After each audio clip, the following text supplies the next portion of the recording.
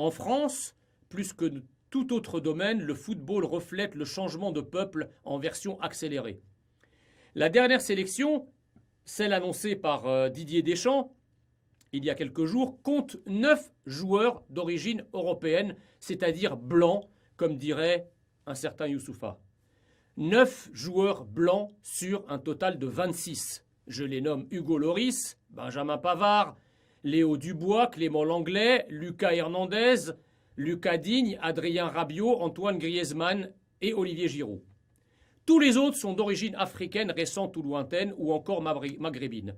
Cela ne remet évidemment pas en cause leur qualité de jeu et la légitimité de leur sélection. Mais dans un pays où il devient bon de compter les blancs, de leur reprocher à demi-mot d'être encore là, c'est assez parlant.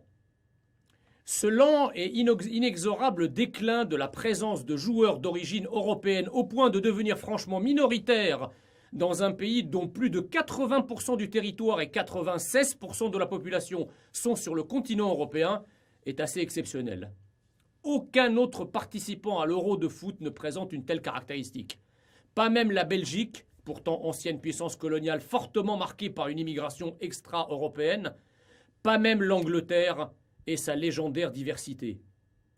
Il faut dire la vérité, le foot français a fait l'objet d'un véritable nettoyage ethnique, savamment et patiemment entrepris depuis des années par le milieu des associations sportives, pétries d'immigrationnisme et de discrimination positive en faveur des minorités. Le tout supervisé par la Fédération française de foot.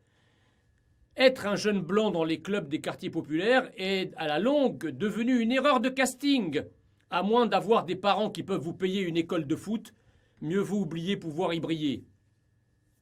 La doctrine progressiste a posé le postulat que ce sport, où l'on peut gagner beaucoup et devenir une star, devienne le domaine de prédilection des jeunes racisés afin de créer ce que les anglo-saxons appellent les role models.